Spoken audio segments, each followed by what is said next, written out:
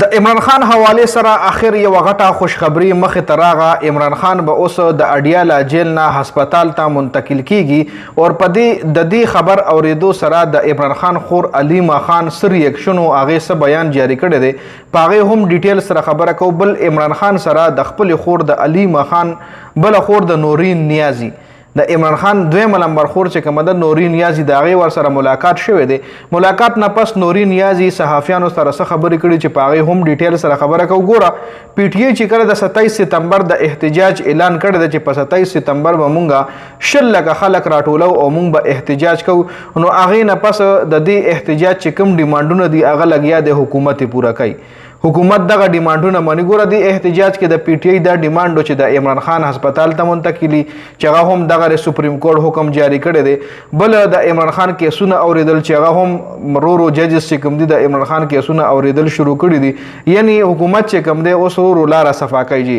اوس پرون سپریم کورټ حکم جاری کړی دی د سپریم کورټ د حکم مطابق د فیصله مطابق چې عمران خان به 48 غنټو کې دننه د اډیالا جیل نه شفا هسپتال ته منتقل کیږي شفا انټرنیشنل هاسپټل له ګوره یو شفا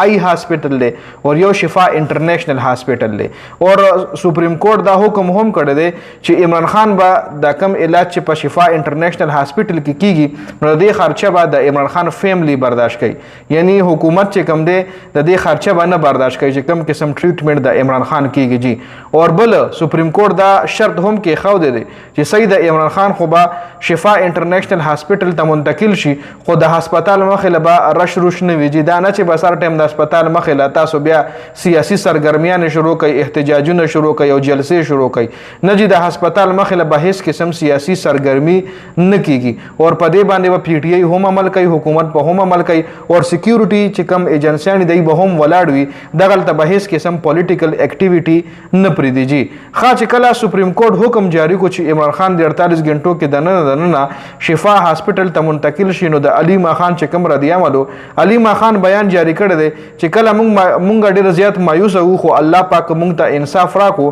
د الله پاک شکر دی چې اوس په د عمران خان علاج کیږي د ججز شکریه هم ادا کړی دا ویلي دي چې د ججز ډیره شکریه او د فیصله نه مونږ ډیر زیات خوشاله یو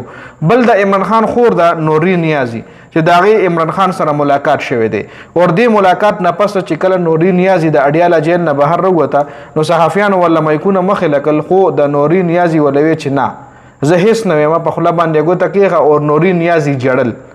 په دې وجه چې یو خورو سره ملاقات شو کې دی شي د نن د عمران خان چې کوم حالاتو هغه دینی برداشت کړي بیمار او یا کمزور شي یا دغه چې د سترګو کم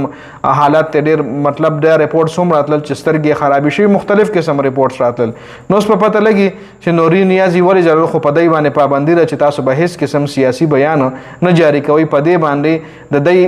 ملاقاتونه هم بند شي ولکه حکومت وی چې دای ملاقاتونه موږ ځکه بند کړی دي چې دای جیل نه بهر روز نو بیا سیاسي بیانات جاری کوي خیر دا په دې ویډیو کې اپډیټ سو چې عمران خان به اوس اډیالا جیل نه شفا انټرنیشنل هاسپټل ته منتقل کیږي